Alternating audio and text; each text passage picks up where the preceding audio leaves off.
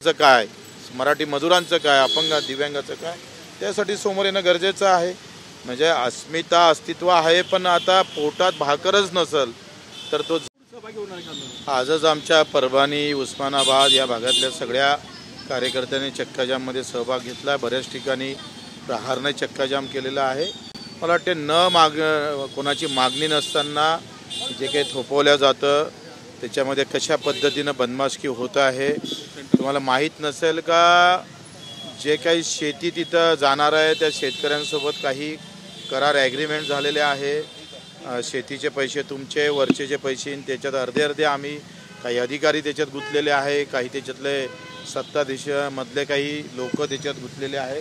प्रचंड करप्शन आहे। मागणी नसताना लगेच 20,000 कोटीची तरतूदही झाली, 85,000 कोटीची याला मान्यता भेटली। आम्ही शेतकरी खऱ्या अर्थानं जगण्यासाठी पीठ निर्माण करतोय, ते खऱ्या अर्थानं शक्तिपीठ आहे। या शक्तिपीठाची गरज नाही, शेतकऱ्याला वाचवणंच खऱ्या अर्थानं सध्या काळाची गरज आहे। हा जो 20,000 कोटीची तरतूद केली ते जर शेतकऱ्याच्या कर्जमाफीसाठी जर करता आली असती तर खऱ्या अर्थानं मागणीला धरून सरकारसमोर येतं असं संदेश गेला असता। आता अजूनही काही वेळ गेला नाही। 6 तारखेला एकादशी आहे। पंढरपूरच्या विठोबाच्या दर्शनाला मुख्यमंत्री जात आहे।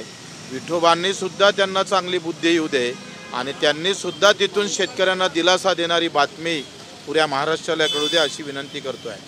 आज नाना पटोले यांना सभागृहाच्या कामकाजादरम्यान जे वर्तणूक होती त्यासाठी 1 दिवसासाठी निलंबित केलं, विषय शेतकऱ्यांचाच होता। सगळ्या इकून कोणी विरोधक ठेवायचंच नाही अशी स्थिती आहे। म्हणजे एकंदरीत आणीबाणीपेक्षाही ही जी काही भूमिगत आणीबाणी आहे, म्हणजे विरोधात असले तर ईडी लावायची, ईडी लागत नसेल तर पक्षात घ्यायचं, पक्षात घेतलं तर ईडी काय सगळे प्रकरणं संपून टाकायचे। आता भाजपची एकंदरीत ही रामराज्याची वेगळी कल्पना मांडत आहे भाजप। लोणीकर आणि त्याच्यानंतर कृषी मंत्री यांनी जे शेतकऱ्यांबद्दल जे वक्तव्य केलं त्याबद्दल माफी मागावी अशी मागणी नानांची होती। ते अध्यक्षांच्या आसनापर्यंत गेले, त्यामुळे निलंबनाची कारवाई। त्यांनी माफी काय, त्यांना तर ठोकायलाच पाहिजे। माफी मागून भागणार नाही एवढा म्हणजे नालायकपणा जर करत असेल तर लोणीकर ज्या पद्धतीनं बोलले आणि कृषी मंत्री ज्या पद्धतीनं बोलत आहे ते माफी पुरतं मर्यादित नाही, तर त्याला ठोकून उरून पुरलं पाहिजे।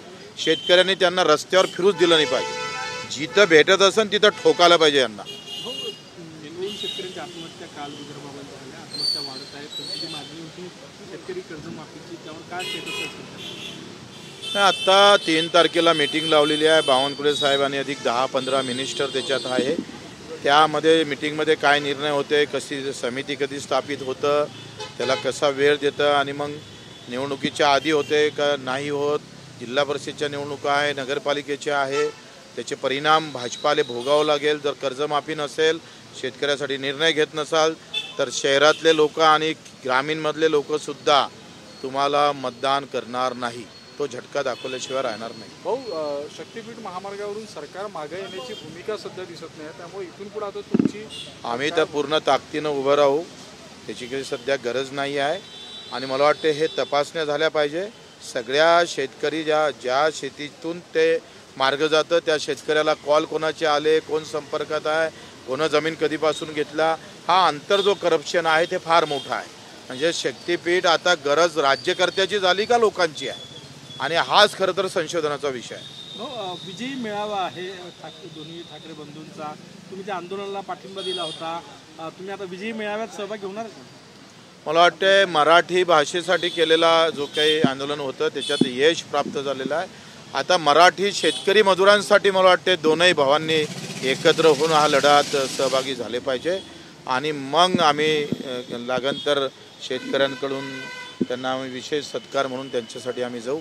आता सध्या आमचं जाणं शक्य नाही, परंतु आता मराठी शेतकऱ्याचं काय, मराठी मजुरांचं काय, अपंग दिव्यांगाचं काय, त्यासाठी समोर येणं गरजेचं आहे। म्हणजे अस्मिता अस्तित्व आहे, पण आता पोटात भाकरच नसेल तर तो जगन कसा आहे प्रश्न आहे। उद्धव ठाकरेंनीच राज ठाकरेंना टळलं होतं, त्यामुळे त्यांना बाहेर पडावं लागलं, पक्ष काढावा लागला असं नारायण राणे म्हणाले। तुम्ही कसं पाहता या सगळ्या परिस्थितीत? नारायण राणे बोलत राहतात, ते काय नारायणासारखं आहे काम त्याचं। त्याच्यानं ते महाभारतातली पूर्ण जी भूमिका आहे ती अर्धवट राहिलेली जे होती नारायणाची ते आता